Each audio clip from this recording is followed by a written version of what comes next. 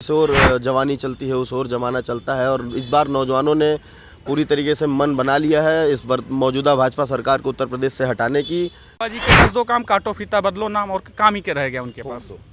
ठोक दो, एनकाउंटर कर दो, संपत्ति जब्त कर लो, यूएपीए लगवा दो, बुलडोजर चलवा दो, उसके बाद उनके पास काम ही क्या है? चलाना और ठोक दो। दावे हैं, इनका कोई मतलब नहीं। एक भी भर्ती हमें बता दीजिए जो निर्विवाद समाप्त हो गई हो। अभी यूपी टेट का ले लीजिए, एक जगह पे आपको 2-2 4-4 सॉल्वर मिल रहे हैं। हर जगह से एसटीएफ की टीम आपको लगानी पड़ रही है कि पेपर कहाँ से लीक हुआ, कैसे लीक हुआ। अरे सत्ताधारी लोग ही चोर हैं, वही चोरी में संलिप्त हैं, तो कहाँ से आपको पता चलेगा, कहाँ से आप जांच करवा पाएंगे? आप किसानों की बात ले लीजिए। भाजपा के दावा हवाई शुरू से आते हुए हैं और बाकी जनता की आंखें खुल चुकी हैं, युवा अच्छी तरीके से तैयार है। हमारे मुख्यमंत्री बदला है, उल्टा फीस वृद्धि हो गई है, क्लासेस संचालित नहीं होती हैं, छात्र संघ चुनाव पे रोक है। पहले तो चलिए ये था कि कोर्ट से रोक लगी हुई थी, अब तो वो भी हट गया जाता है। बाबा भी चांदी के चिलम रोज दागते हैं। मिलेंगे, टोटी हमारे यहाँ से भी मिली थी तो चिलम उनके यहाँ से भी पाई जाएगी, उनके यहाँ से भी चिलम मिलेगी, पाई जाएगी चिलम 14 मई को। कि तो उनके लिए कोई विरोध भी नहीं कर सकता। एक ही घर बाबा क्यों बाबा का विरोध नहीं हो सकता है? क्योंकि मेरे पास एक ही घर है, कब गिरा दे कोई भरोसा नहीं। नौजवानों के लिए, छात्रों के लिए तो ये सरकार बिल्कुल संवेदनहीन है। गांधी और प्रियंका गांधी बहुत बड़ा नाम है, जिसे आते हुए कोई भी क्या पक्ष क्या विपक्ष सबके चेहरे उतर गए। छात्र हितों के नाम पे सिर्फ एक लॉलीपॉप दिया गया और छात्र हितों को दबाया गया है। नमस्कार, हम नागरिक की खास चुनावी सीरीज यूपी की सियासत 2022 देख रहे हैं आप, और मैं हूं आपके साथ प्रीति कश्यप। कुछ ही दिनों में चुनावी बिगुल बजने वाला है और इस वक्त हम हैं लखनऊ विश्वविद्यालय में, और हम यहाँ के लखनऊ विश्वविद्यालय के जो छात्र हैं उनसे चुनाव पे चर्चा करेंगे। सबसे पहले अपना नाम बताइए। मेरा नाम आदर्श सिंह आज़ाद है और मैं इस विश्वविद्यालय का विधि का छात्र हूँ। आपको क्या लगता है मौजूदा सरकार, अगर हम देखें कि चुनाव नज़दीक है और सरकार के कामकाज की बात करें तो क्या चीज़ अच्छी है सरकार की, क्या पॉलिसीज़ नहीं अच्छी हैं? सरकार के अच्छे काम के बारे में कहा जाए तो हम विश्वविद्यालय के जागरूक युवा हैं, छात्र हैं। जिस हिसाब से मैं छात्रों के हिसाब से अगर इवैल्यूएशन इस सरकार की करूं तो बिल्कुल नौजवानों के लिए, छात्रों के लिए तो ये सरकार बिल्कुल संवेदनहीन है। क्या क्या कमियां दिखाई देती हैं और क्या क्या, अगर आपको क्या लगता है कि 2022 में किसकी सरकार बनेगी? देखिए, नौजवान, बेरोज़गार नौजवान, पढ़ा लिखा नौजवान जागरूक हो गया है और पुरानी कहावत है जिस ओर जवानी चलती है उस ओर जमाना चलता है। और इस बार नौजवानों ने पूरी तरीके से मन बना लिया है इस बार मौजूदा भाजपा सरकार को उत्तर प्रदेश से हटाने की, क्योंकि ये अगर भाजपा सरकार एक टर्म और इस प्रदेश में रही तो ये प्रदेश एक तरह से दिवालिया की तरह से हो जाएगा और यहाँ पे पूंजीवाद पूरी तरीके से हावी हो जाएगा। और गरीब तबके के लोगों को, जो नौजवान विश्वविद्यालय में, गांव गरीब किसान का बेटा जो गांव से आकर के विश्वविद्यालय में पढ़ रहा है और पढ़ के उस डिग्री और उस ज्ञान और उस नॉलेज के हिसाब से अपनी अपॉर्चुनिटीज़ देखता है। जिस फील्ड में अपॉर्चुनिटीज़ कहें तो नौजवानों के लिए, पढ़े लिखे नौजवानों के लिए तो कोई जॉब की वैकेंसी ही नहीं है, कोई शेड्यूल ही नहीं दिखाई दे रहा है। अभी हाल ही में यूपी टेट के एग्ज़ाम के बारे में कैंसिल हुए। देखिए, लगभग पूरे प्रदेश से 21 लाख अभ्यर्थी यूपी टेट के एग्ज़ाम में बैठे थे और घंटे भर पेपर देने के बाद चूँकि सेंटरों से बाहर बच्चियां भी बहुत निकल रही थी तो काफ़ी मीडिया चैनलों के माध्यम से, इंटरव्यूज़ के माध्यम से हम लोगों को देखने को मिला कि छात्र और छात्राएं रोते हुए एग्जामिनेशन सेंटर से बाहर निकले कि इतनी अच्छी तैयारी थी, सालों बाद टेट का एग्ज़ाम आया था, अब एक उम्मीद जगी थी नौकरी पाने की कि चलो बीटीसी बीएड करके बैठे हैं तो अब टेट का एग्ज़ाम देंगे तो इसके आगे फिर अब सुपर टेट का आएगा, शिक्षक भर्ती में बैठने के एलिजिबिलिटी हो जाएगी। लेकिन उनकी उम्मीदों पे पानी फिर गया और ये मौजूदा सरकार ये वादा करती है कि within a month super TET का एग्ज़ाम फिर से ये कंडक्ट कराएंगे।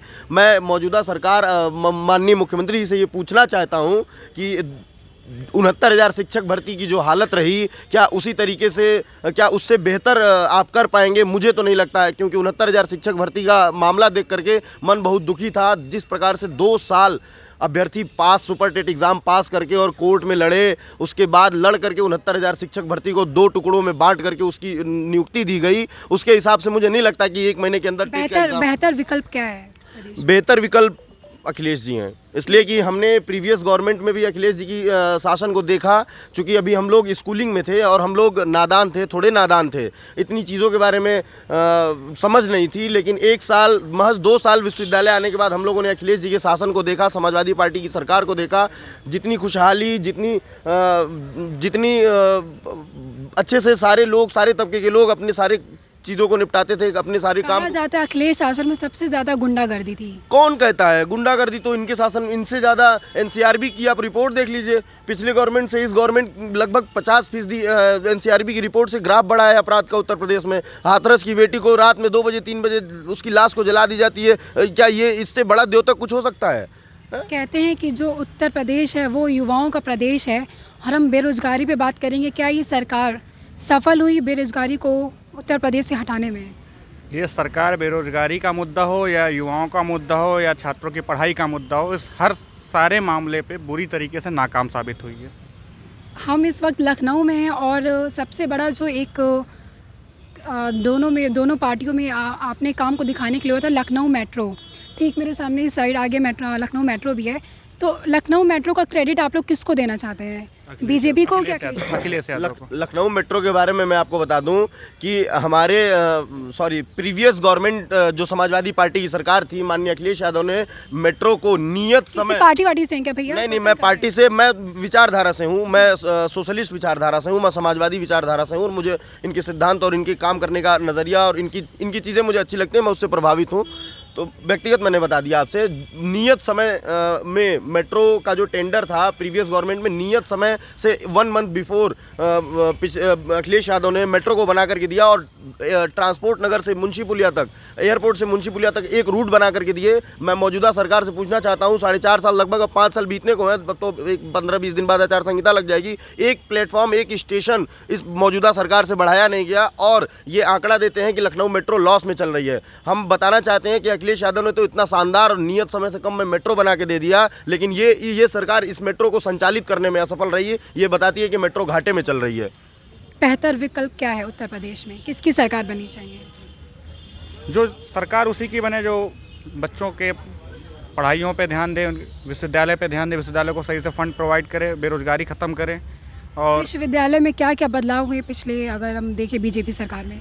और जो हमारे वीसी साहब हैं वो काफ़ी करीबी माने जाते हैं गवर्नर के, आनंदीबेन पटेल। तो क्या क्या बदलाव हुए लखनऊ विश्वविद्यालय में? लखनऊ विश्वविद्यालय में बदलाव जो है, सबसे पहली बार फीसें बहुत महंगी कर दी गई हैं। जो पहले फ़ीस बीए की फ़ीस 5,719 रुपये थी, उसको सेमेस्टर में करके 14,000 रुपये कर दिया गया। और बाकी अभी एक उसमें विधानमंडल में एक बिल लाया गया कि लखनऊ के आसपास के 4-5 जिलों, हरदोई, सीतापुर, लखीमपुर और उन्नाव जैसे 4-5 जिलों को मिला, जितने भी महाविद्यालय सबको लखनऊ विश्वविद्यालय से अटैच किया गया, कानपुर यूनिवर्सिटी से हटा के। कानपुर यूनिवर्सिटी की ग्रेजुएशन की फ़ीस 900 रुपये है और लखनऊ विश्वविद्यालय की फ़ीस 8,000 रुपये है। तो उन छात्रों को सबसे बड़ी समस्या हुई। और उस बिल को पास करने के लिए विधानमंडल में जब समाजवादी ने विरोध किया, समाजवादी पार्टी और विपक्षी दलों ने, उसको हटाते हुए माननीय उप मुख्यमंत्री दिनेश शर्मा जी ने वीटो पावर लगाते उस बिल को पास किया था। यही सब मुद्दे हैं। और बेरोजगारी जैसे बढ़ी हुई है हर जगह, ना कोई वैकेंसी है ना कुछ। आप यूपीएसआई की वैकेंसी निकाल लें, यूपीएसआई में हर रोज़ कम से कम 10 दिन से पेपर चल रहे हैं, कहीं ना कहीं सॉल्वर ज़रूर पकड़े जा रहे हैं। आप किस तरीके से पेपर करवा रहे हैं, कौन सी प्रक्रिया अपना रहे हैं? आप पिछली सरकारों पे आरोप लगाते हैं कि नकल करा के और सिस्टम करा के, वो करा के आप मतलब नौकरी देते थे, लेकिन आप क्या कर रहे हैं? आप किस बेस पे आप कर रहे हैं कि रोज़ का रोज़ एक सॉल्वर पकड़ा जा रहा है, पेपर निरस्त नहीं कर रहे हैं? छात्र हित को लेकर के क्या क्या काम हुए हैं पिछले 5 सालों में, आपको क्या लगता है? और क्या चीज़ें होनी चाहिए अभी जो बाकी रह गई हैं? छात्र हितों के नाम पे सिर्फ एक लॉलीपॉप दिया गया और छात्र हितों को दबाया गया है। टैबलेट भी बांटने वाले हैं। टैबलेट के अभी आज तक तो आप, जब अखिलेश यादव टैबलेट बांटते थे और लैपटॉप बांटे तो उसका आप विरोध करते थे, और आप किस लिए बांट रहे हैं? चुनावी लॉलीपॉप दे रहे हैं छात्रों को। 4 सालों पता नहीं मिलना चाहिए, मिलेगा भी या नहीं मिलेगा। 18 लाख लैपटॉप अखिलेश यादव ने अपने 5 सालों में बांटा है। और अभी भी सरकार में ना रहते हुए भी हर ज़िले में जो टॉपर स्टूडेंट होते हैं उस ज़िले में कार्यक्रम करके उन स्टूडेंट को समाजवादी पार्टी अपने फंड से लैपटॉप और टैबलेट मुहैया करा रही है। अखिलेश यादव कह रहे हैं कि एक कदम परिवर्तन की ओर इस बार उत्तर प्रदेश में परिवर्तन होगा। आपको क्या लगता है कि उत्तर प्रदेश में इस बार परिवर्तन होगा? और भाजपा भी दावा कर रही है कि वो पूर्ण बहुमत के साथ सरकार बनाएगी। भाजपा के दावा हवाई शुरू से आते हुए हैं और बाकी जनता की आंखें खुल चुकी हैं। युवा अच्छी तरीके से तैयार है। हमारे मुख्यमंत्री भी है, वो भी अपने आप को युवा कहते हैं। मुख्यमंत्री जी के क्या क्या काम आपको अच्छे लगते हैं, क्या क्या चीज़ें जो मुख्यमंत्री जी ने किया ही क्या, कौन सा काम किया है? बाबा जी के बस 2 काम, काटो फीता बदलो नाम, और काम ही क्या रह गया उनके पास? ठोक दो, एनकाउंटर कर दो, संपत्ति जब्त कर लो, यूएपीए लगवा दो, बुलडोजर चलवा दो, उसके बाद उनके पास काम ही क्या है? चलाना और ठोक दो प्रवृत्ति उनके पास और से ये काम ही क्या गवर्नमेंट बचा? चलाते हैं। ये ऐसे तो राजतंत्र में भी नहीं होता था, जिस तरीके से ये लोग गवर्नमेंट को पूरी तरीके से डिक्टेटरशिप में कन्वर्ट कर दिया है। हम नौजवान हैं और हम विश्वविद्यालय के पढ़े लिखे नौजवान हैं, जागरूक नौजवान हैं। हम चीज़ों के बारे में अध्ययन करते हैं, चीज़ों के बारे में विश्लेषण करते हैं, विचार करते हैं, फिर निकल करके आता है कि बिल्कुल जैसे डिक्टेटरशिप चलता था, राजशाही तंत्र चलता था, उसी प्रकार से ये गवर्नमेंट चल रही है। और यूनिवर्सिटी में हम और लोग पास आएंगे। यूनिवर्सिटी की हम बात करें खास तौर से, तो बीजेपी की सरकार में यूनिवर्सिटी कितना बदला है? आप लोग छात्र हैं और एजुकेशन सिस्टम को लेकर के सरकार बोलती है कि उन्होंने बहुत काम किए हैं और एक तरह से दिल्ली मॉडल भी बनाना चाहते हैं एजुकेशन को लेकर के। कुछ नहीं बदला है, उल्टा फीस वृद्धि हो गई है, क्लासेस संचालित नहीं होती हैं, छात्र संघ चुनाव पे रोक है। पहले तो चलिए ये था कि कोर्ट से रोक लगी हुई थी, अब तो वो भी हट गई। कहा जाता है कि जो छात्र संघ चुनाव होता है या हम जब विश्वविद्यालय में होते हैं तो एक किसी नेता को अपने कौशल दिखाने के लिए सबसे बेहतर उम्र होता है, लेकिन पिछले 5 साल में जो सरकार आई है उसमें छात्र संघ का चुनाव कहीं भी नहीं हुआ है। तो क्या आप बोलना चाहेंगे इस पे? ये एक असल में एक पूंजीपति विचारधारा को बढ़ाना चाहते हैं। ये असल में राजनीति की नर्सरी इसको समझा जाता है। ये जो छात्र संघ का चुनाव होता है, यहाँ से जो एक आम परिवार का छात्र होता है, गरीब परिवार से आता है, किसान का बेटा, वो भी इस माध्यम से इस राजनीति में प्रवेश करके यहाँ से राजनीति सीखकर अपने छात्रों के लिए लड़कर आगे जाके अपने सामाजिक जीवन में अपने क्षेत्र का प्रतिनिधित्व कर सकता है। तो ये उस चीज़ों से रोकना चाहते हैं। ये रोकना चाहते हैं इसलिए ताकि ये चाहते हैं कि नेता का बेटा ही नेता बने, बिजनेसमैन का बेटा ही बिजनेसमैन। बीजेपी तो कहती है कि वो परिवारवाद नहीं करती है, परिवारवाद की राजनीति तो अखिलेश यादव करते हैं। नहीं, एक मिनट, जो ये बार बार आप ये कहते हैं कि वो जैसे परिवारवाद की राजनीति करते हैं, तो उनके आप परिवार में A to Z सबको उठा के देख लीजिए। जो भी सदस्य हैं कोई नामित होकर नहीं आते हैं, वो सभी चुन कर आते हैं। धर्मेंद्र यादव जी वो बदायूं से चुनकर आते हैं, डिम्पल भाभी जी वो कन्नौज से चुनकर आती हैं, अखिलेश यादव स्वयं आजमगढ़ से चुन के आते हैं, नेताजी मैनपुरी से चुन के आते हैं, तेज प्रताप यादव इससे पहले मैनपुरी। ऐसा नहीं कि वो नामित हैं। हम थोड़ा रिवर्स में चलेंगे। 2017 का चुनाव सबको याद होगा विधानसभा का। अखिलेश यादव किस चीज़ से सबसे ज़्यादा पटकनी खाए थे? जो परिवार में जो विवाद हो गया। देखिए वो पारिवारिक वो बोल रहे थे कि काम बोलता है, लेकिन काम उनका नहीं बोलता। वाकई में बोलता है काम।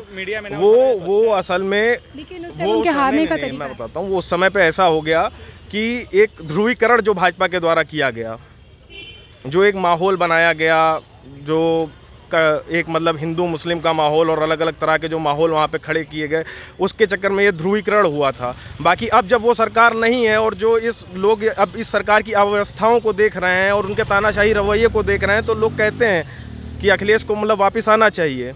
वो सरकार बहुत बेहतर थी। इस सरकार से कम उसने काम कराया। 24 महीने में रिकॉर्ड एक्सप्रेसवे बनवा के खड़ा किया था। हम थोड़ी सुरक्षा की बात करें तो लड़कियों को लेकर के लड़कियां काफ़ी सहज महसूस की हैं बीजेपी सरकार में, और लड़कियों का कहना है कि काफ़ी खास बदलाव हुआ है इस सरकार में। तो आपको क्या लगता है कि अखिलेश सरकार में कहीं ना कहीं वो चीज़ें लैग कर रही थी और इस नहीं, ऐसा नहीं है। जो 1090 महिला पावर हेल्पलाइन है वो अखिलेश यादव जी द्वारा ही शुरू की गई थी। डायल 100 भी उन्हीं के द्वारा शुरू किया गया था। जो बाइकें दी गई, जो पेट्रोलिंग करते हैं गलियों में, और बाकी जो 100 नंबर की गाड़ियाँ जो मतलब इंस्टेंट सेवा है, और 1090 जो स्पेशली महिलाओं के लिए। यादव के मंत्री गायत्री प्रजापति पर भी आरोप लग चुका है, तो इस वजह से कहीं ना कहीं अखिलेश यादव को माननीय नरेंद्र मोदी जी और अमित शाह के ऊपर भी स्नूपगेट कांड में 22 साल की लड़की का कॉल रिकॉर्डिंग करने का आरोप लग चुका है। और रही बात अपराध की, तो अपराध मैं आपको मौजूदा रिकॉर्ड बता दूं। भारतीय जनता पार्टी के 19 MP और MLAs ऐसे हैं जिनके पे माननीय सुप्रीम कोर्ट का, माननीय हाई कोर्ट का रेप, हत्या, लूट और बलात्कार जैसे 19 MP MLAs के चार्जेस प्रेजेंट टाइम में चल रहे हैं। और मौजूदा सरकार के, भाजपा सरकार के जो CM योगी आदित्यनाथ बैठे हुए हैं, वो स्वयं बहुत बड़े अपराधी हैं।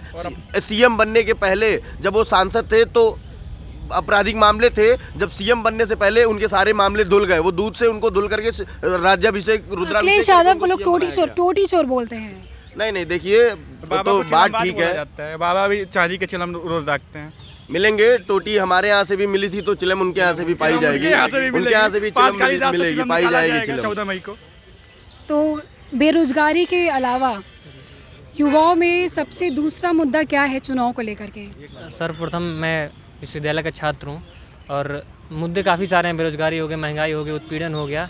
और रही छात्रों की बात कर रहे हैं हम, छात्रों की बात, देखिए जब हम आपका जो मुद्दा हो सकता है चुनाव में? हमारा मुद्दा देखिए बेरोजगारी है, यहाँ पे महंगाई है हमेशा से, ठीक। और अभी इस समय वर्तमान में बताऊँ, शायद आज सुबह का है कि जो गैस सिलेंडर था जिससे हम लोग थोड़ा बहुत खाना पीना सबके यहाँ यूज होता है, 100 रुपये एकदम से बढ़ा आज उसके दिए। दाम बढ़ गए। 100 रुपये एकदम से बढ़ा दिए, तो कहाँ तक सही है चीज़ें, ठीक। और रही बात बाबा की, तो उनके लिए कोई विरोध भी नहीं कर सकता। एक ही घर बाबा है, क्यों बाबा का विरोध नहीं हो सकता है? क्योंकि मेरे पास एक ही घर है, कब गिरा दे कोई भरोसा नहीं। अच्छा, दूसरा घर होता तो कर देते विरोध उनका। तो बेहतर विकल्प क्या है उत्तर प्रदेश में? कोई और, इनके अलावा कोई और। इनके अलावा कौन हो सकता है? आपको क्या लगता है, आप किसे पसंद करते हैं? अब प्रियंका गांधी। प्रियंका गांधी जी। प्रियंका गांधी ने ऐलान किया है कि 40% सीटें जो हैं वो महिलाओं को देंगी, तो क्या लगता है ये उनका ये जो एजेंडा है या जो प्लान है ये कितना सक्सेसफुल हो सकता है? बिल्कुल होगा एकदम से। देखिए आप कोई अगर महिलाओं को आगे कर रहा है तो उसमें गलत क्या है? वो एजेंडा नहीं है, पहली बात वो महिलाओं को आगे करने का है, ठीक। उसमें कोई एजेंडा नहीं और वो कर रही है तो बेहतर है महिलाओं के लिए। आखिर उन्होंने क्या किया चीज़, जो अखिलेश यादव ने किया था उसका नाम बदल दिए। और अगर उनके शासन में महिलाएं सुरक्षित खुद को महसूस कर रही हैं तो बताइए क्या आज कोई रेप नहीं हुआ होगा? आज भी हुआ होगा? कि आज किसी का साथ उत्पीड़न नहीं किया गया? आज भी किया गया होगा। तो कैसे कह सकते हैं भाई? मैं तभी मानूंगा जब जिस दिन देश में एक भी रेप ना हो उस दिन जानूंगा कि महिला सुरक्षित है, ठीक। उससे पहले मैं नहीं मान सकता कि हमारे यहाँ महिला सुरक्षित है, क्योंकि कहीं भी हो, यहाँ हो या फिर तमिल में कहीं भी हो, अगर महिला के साथ उत्पीड़न हो रहा है तो हो रहा है। और विश्वविद्यालय को लेकर के बात करें तो विश्वविद्यालय में अभी क्या चीज़ें सुधार जो आने वाली सरकार में हो सकती है? देखिए विश्वविद्यालय में बहुत सुधार हुआ है, चापलूसी का स्तर एक बढ़ गया है, ठीक, नेताओं मंत्रियों के लिए। क्योंकि देखिए हमारा मानना है कि विश्वविद्यालय छात्रों से है, ठीक, और हम छात्र भी विश्वविद्यालय से ही हैं, ठीक। और वीसी जी हमारे मतलब हमसे हैं, हम वीसी जी से नहीं हैं। तो उनको ये चीज़ समझना होगा कि नेताओं मंत्री को चाटने से बेहतर है कि छात्रों की सुने। यहाँ पर छात्रों का प्रतिनिधित्व करने वाला कोई नहीं है और कोई भी डिसीजन यहाँ पर लिया जाता है तो छात्रों को कोई सहभागिता यहाँ पर नहीं रहती है। सबसे बुरी बात यही है, अच्छा हमारे छात्रों पर जो निर्णय लेने वाले हैं कम से कम छात्रों की सहभागिता रहे, इसलिए हम चाहते हैं कि कम से कम छात्र संघ चुनाव हमारा हो, जिससे हम सहभाग बोल सकें कि हमारे लिए चीज़ उपयोगी हैं। आप तो ऊपर से डिसीजन ले रहे हैं, हमारे लिए क्या है यहाँ पर? कुछ भी नहीं। तो कम से कम छात्रों की सहभागिता रहे किसी निर्णय में, अन्यथा वो अपना तो कर ही दे रहे हैं हर जगह, ठीक। हम छात्रों का क्या योगदान है यहाँ पर, ठीक। हम लोग सिर्फ आते हैं, जो चीज़ लिख देते हैं, मान लेते हैं। आपको लगता है कि उत्तर प्रदेश के लिए सबसे बेहतर विकल्प प्रियंका गांधी हो सकती हैं? क्या क्या चीज़ें प्रियंका गांधी की जो पॉलिसीज़ हैं वो क्या अच्छी लगती हैं आपको? देखिए पहली बात, प्रियंका गांधी के आने से जो कहा गया था कि ये तूफान नहीं आंधी है, ये दूसरी इंदिरा गांधी है, क्या लगता है कि इंदिरा गांधी का चेहरा ले करके जी वो यूपी की राजनीति अपने आप खुद को चमका पाएंगी? वो स्वयं में प्रियंका गांधी, और प्रियंका गांधी बहुत बड़ा नाम है, जिससे आते हुए कोई भी क्या पक्ष क्या विपक्ष सबके चेहरे उतर गए हैं, ठीक। क्योंकि जिस स्पीड में प्रियंका गांधी जी आने के बाद कांग्रेस में यहाँ मजबूत हुई है, शायद पिछले सालों में नहीं थी। और हमें उम्मीद है कि यूपी का भविष्य भी प्रियंका गांधी ही होंगी। एक नेता के तौर पे प्रियंका गांधी की सबसे अच्छी चीज़ क्या लगती है? देखिए रही बात, हमेशा सब लोग मुद्दा बनाते हैं धर्म का, महिलाओं को आगे कर रही हैं, वो बढ़िया चीज़ है, ठीक। लीडरशिप क्वालिटी उनके अंदर बेहतर है, ठीक। झूठे दावे नहीं करती, किसी को लेके तुरंत वो क्या बोलते हैं देश विरोधी वो एक्ट नहीं लगा देती। अगर पिछले 30 सालों में उत्तर प्रदेश में कांग्रेस अपनी ज़मीन तलाश रही है और 30 सालों से उत्तर प्रदेश में कांग्रेस की सरकार नहीं बनी है। थोड़ा सब्र क्या रखिए। क्या कारण है और क्या लगता है कि इस बार प्रियंका गांधी कितनी दमखम के साथ वापसी करेंगी या नहीं कर पाएंगी? ज़मीन की बात अलग है, थोड़ा सब्र रखिए, हम आसमान भी यहाँ का हमारा है। तो और रही बात दमखम की, तो पिछले से बेहतर रहेंगे, लड़ते रहेंगे, आगे भी लड़ेंगे, आने वाले समय में भी लड़ेंगे। क्योंकि एक हमारे पक्ष में मतलब जो इस समय सरकार है उसके अटल बिहारी वाजपेयी नेता, तो उनका एक वो था कि हार में क्या जीत में किंचित नहीं भयभीत में, संघर्ष पथ पर जो मिला यह भी सही वह भी सही, जो भी मिलेगा हर चीज़ सही है। और लखनऊ विश्वविद्यालय में आप पढ़ते हैं तो यहाँ पर कितने बदलाव हुए पिछले 5 सालों में और अखिलेश शासन में क्या क्या चीज़ें यहाँ पर हैं? मैं तुलना नहीं करना चाहूँगा क्योंकि मैं उस काबिल नहीं हूँ, मैं खुद को उससे सक्षम नहीं समझता हूँ क्योंकि लेकिन एक वोटर तो एनालिसिस तो करते हैं ना, दोनों को कंपेयर वोटर की बात पे मैं एक बात कहूँगा कि ये खुद में एक बहुत बड़ी विरोधाभासी है। ये एक विरोध है छात्रों के खिलाफ। ये जो बात है कि 18 साल का युवा जो अपना जनप्रतिनिधि चुन सकता है पर वो अपना छात्र प्रतिनिधि नहीं चुन सकता है। हमारे विश्वविद्यालय में छात्र संघ नहीं हो रहा है जिसकी बहाली नहीं है, और सिर्फ ना कि हमारे विश्वविद्यालय में 300 महाविद्यालय और विश्वविद्यालयों में बंद पड़ा है। तो ये खुद में एक विरोधाभासी बात है, तो इस पर मैं टिप्पणी नहीं देना चाहूँगा। रही बात तुलना करने की, तो उस पर मैं एक पंक्ति बोलूँगा कि हसीन सपने दिखाकर वादों का व्यापार करती है और हमें, आपको और आम छात्रों को सभी को यह सरकार लाचार करती है। तो मेरे हिसाब से अभी तक छात्रों के हितों के लिए कोई काम नहीं किया। काम किया गया हो अपने निजीकरण व्यवसाय के लिए काम किया गया हो। विश्वविद्यालय को आय का एक प्रमाण बना लिया है, धंधे का एक अड्डा बना लिया है, जो वीसी साहब और उनकी जो भी टीम है वो कर रही है। और छात्र हितों के लिए पुअर फंड चलता था, जिसे गरीब छात्रों को उससे फंड मिलता था। और यहाँ पे हमारे वीसी साहब प्रोग्राम किसी को बुलाते हैं, लाखों रुपया खर्च कर देते हैं। कभी आप प्रोग्राम हो तब आइएगा, देखिएगा यूनिवर्सिटी नहीं, यहाँ पे लगता है स्वर्ग में आ गए हैं। और हम छात्रों के लिए यहाँ पे कुछ नहीं। उसकी तारीफ भी होती है। तारीफ हम क्या करेंगे तारीफ का? देखिए, यूनिवर्सिटी छात्रों के लिए होनी चाहिए, किसी नेता मंत्री के लिए नहीं होनी चाहिए। चाटने के लिए नहीं बने हम लोग यहाँ पर। ठीक, कोई आएगा, भैया आया, कोई आया, वो तो नेता मंत्री बन गए, उनका करियर सेटअप है। आप दूसरे का करियर सेटअप करने के लिए लगे हैं। आपका इशारा किसकी ओर है? कोई भी हो, भाजपा सरकार, भाजपा से समर्थित जो भी अभी समर्थित। हाल ही में यहाँ पर आए थे पुष्कर सिंह धामी, पूर्व छात्र हैं, उनके लिए चलिए जो किया वो ठीक है। लेकिन अन्य लोग भी आते हैं जो यहाँ के छात्र भी नहीं हैं। आप उनकी मतलब उनको स्वागत करने में इतना रुपया खर्च कर दे रहे हैं। ठीक, उनको बुलाते हैं, खाना खिलाते हैं। छात्र संघ भवन जो हम लोग की शान था, उसको ये अभी तक डेंट पेंट नहीं करा पाए। ठीक, हम लोग इसके लिए गए थे, सर वो गंदा पड़ा है, साफ करिए। साफ करने के लिए हम लोग को धरना देना पड़ा था यहाँ पर, तब जाके वहाँ पे साफ हुआ था। कोई नेता मंत्री आता है, बुला के बढ़िया कोई 5 स्टार होटल में खाना लोग खाते हैं। सैनिटेशन को लेके क्या हाल है यहाँ पर, टॉयलेट्स वगैरह? एकदम लाचार है यहाँ पर। ठीक, आप चले जाइएगा एक बार, तो आप वहाँ पे 5 मिनट खड़ी नहीं हो सकती। जाइए एक बार छात्र संघ भवन में देख के आइए एक बार, 5 मिनट अगर खड़ी हो जाइए तो अलग बात है। उत्तर प्रदेश में उत्तर प्रदेश का इस बार बदलाव की ओर है, क्या चीज़ें हो सकती हैं यहाँ पर? देखिए, बदलाव एक ऐसा शब्द है, चाहता हर कोई है, हर व्यक्ति चाहता है, किंतु वो कितना उसको अपने जीवन में उतारता है या आने वाले समय में जब उसका हाथ में डिसीजन लेने की घड़ी होती है वो कितना करता है, ये बात मुद्दा है। अब आप पूछती हैं कि उत्तर प्रदेश में क्या बदलाव हो सकता है या आने वाले समय में क्या बदलाव होने चाहिए, आपका सवाल ये है। मैं बताना चाहता हूँ, क्योंकि मैं छात्र हूँ, युवा हूँ और आने वाले समय में देश का भविष्य हूँ। सिर्फ मैं नहीं, यहाँ पे जितने छात्र पढ़ते हैं, जितने युवा हैं, सब देश का भविष्य हैं।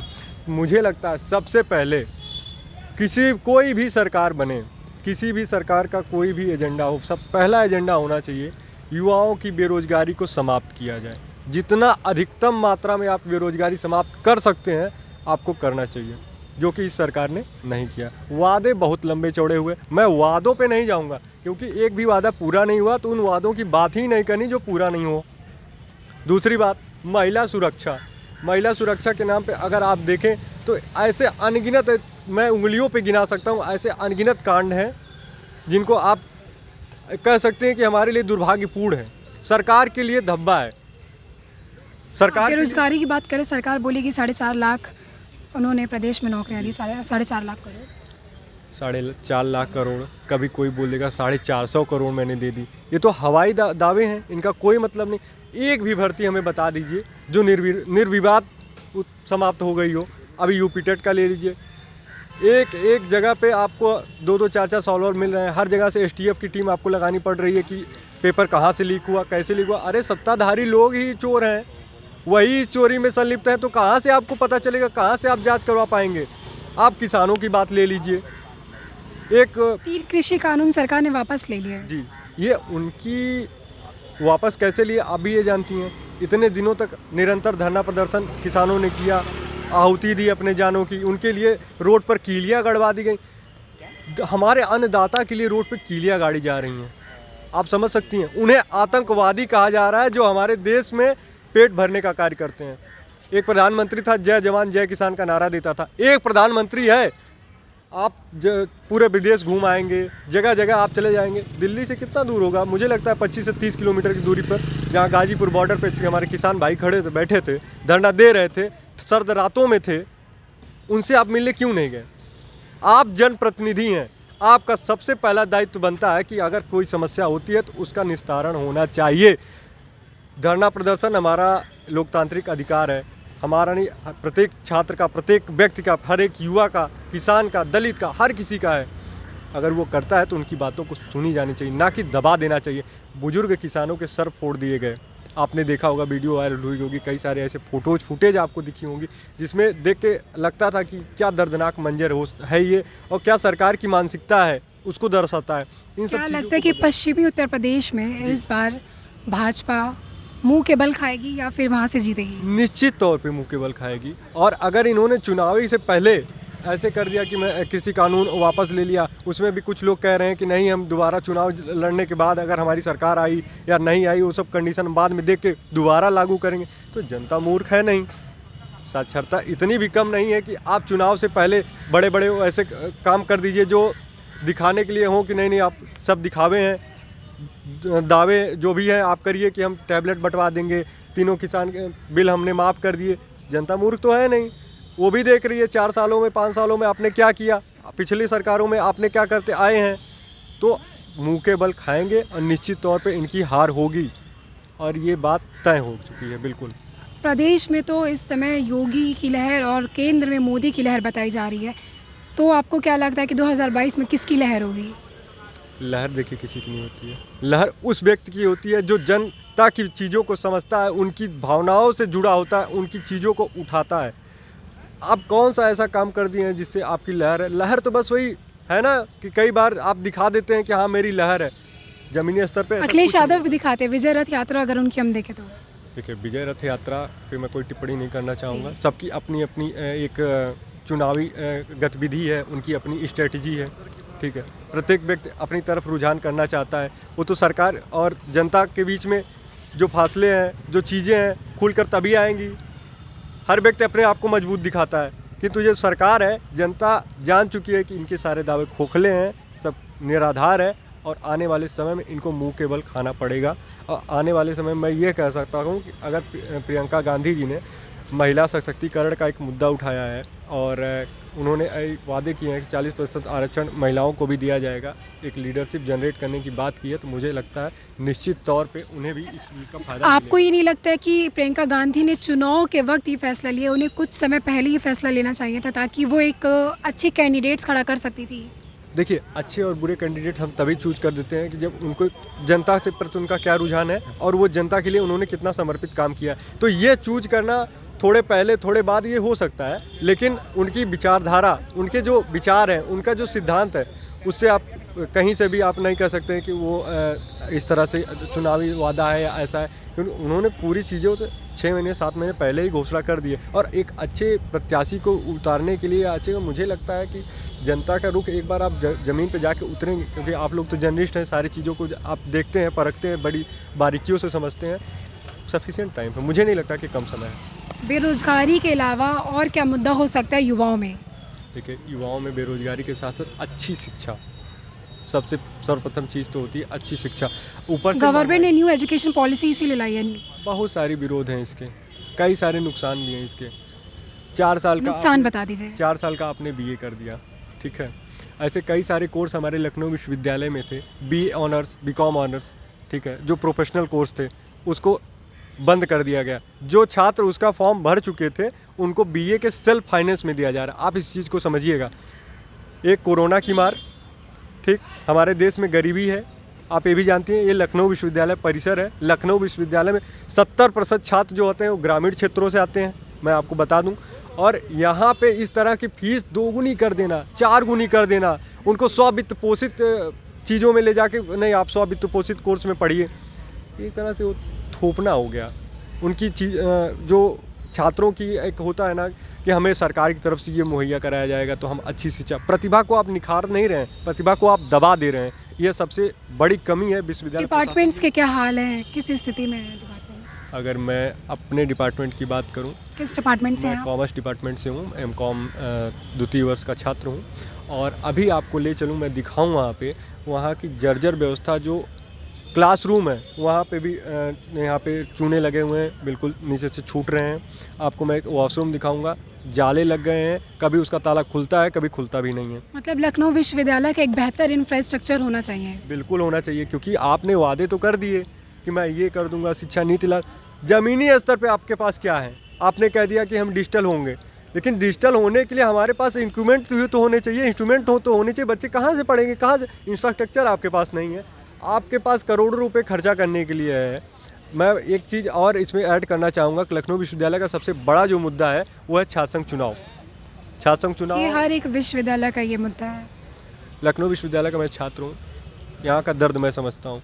अगर कोई भी व्यक्ति अपनी जो रुचि है राजनीति की तरफ ले जाता है, तो उसका प्रतिभाओं को आपको निखारने का मौका देना चाहिए।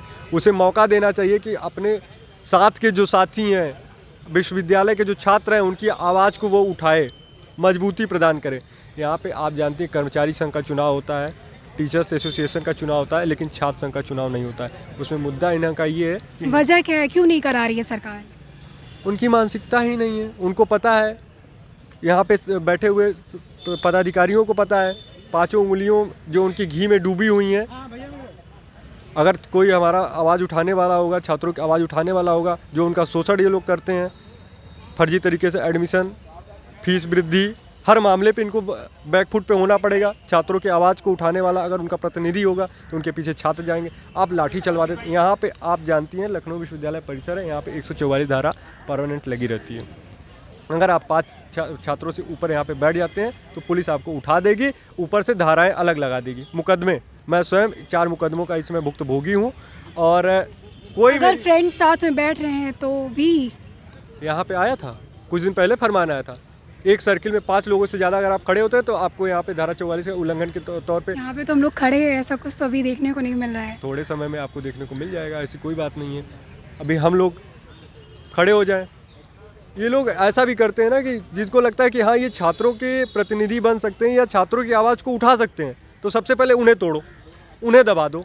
मेरे ऊपर 4 मुकदमे लगे, मेरा क्या गुनाह है? मैं बैठा था यहाँ पे, एक बार फीस वृद्धि के लिए बैठा था, एक बार मैं बैठा था कोरोना काल में एग्ज़ाम हो रहे थे, उसकी मैंने बोला कुछ समय बाद आप करवाइए। मतलब कि आप कहना चाह रहे हैं कि जो छात्र नेता हैं उनके ऊपर ये सारी चीज़ें हो रही हैं, स्टूडेंट्स के ऊपर नहीं हो रही हैं। स्टूडेंट फीस वृद्धि तो हो रही है, अगर आप उसकी आवाज़ को उठाएंगे आपको दबा दिया जाएगा, पुलिस ले जाके मार के अंदर कर देगी।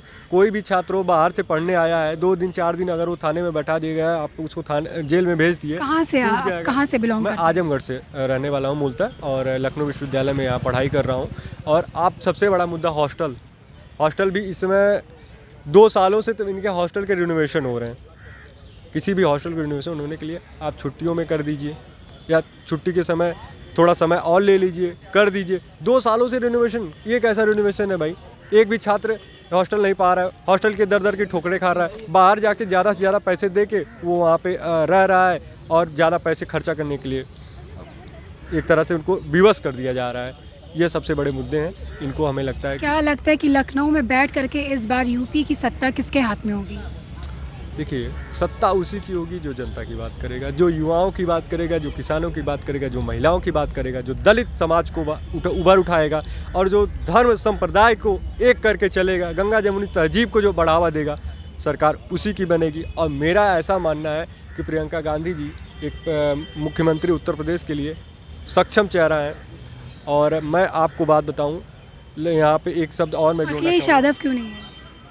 अखिलेश यादव जी के ऊपर कई सारे आरोप ऐसे लगे हैं, जैसे आप परिवारवाद की भी बात कर लीजिए, परिवारवाद के बाद अलावा जातिवाद। कांग्रेस के ऊपर भी आरोप लगता है, कांग्रेस के ऊपर भी आरोप लगता है। आरोप लगाने वाली बात अलग है। यहाँ पे ये आप ही देखिए, परिवारवाद के साथ साथ इन्होंने ऐसे कई सारे जातिवाद कर देते हैं। जातिवाद एक तरह से आप समझ लीजिए, जितनी उस समय भर्ती आए लाइन से लिस्ट आ जाती थी कि इतने लोगों का होना है, तो इन सब चीज़ों को अलग हटना है हमको। कांग्रेस के ऊपर भी कहा जाता है कि ये भी एक किसी समुदाय को ले करके साधती है चुनाव, वोट बैंक बनाती है। देखिए, पहली बात परिवारवाद। अच्छा ये बताइए, जिस परिवार ने हमारे देश के लिए हमको आज़ादी दिलाई, अगर उस परिवार के अंदर लीडरशिप क्वालिटी है, लीडर कर रही है, तो उसमें क्या गुनाह है? और बताइए हमको समाजवादी पार्टी में उन्होंने क्या किया है जिससे हमको आगे चीज़। क्या सारा लीडरशिप राहुल गांधी के अंदर है?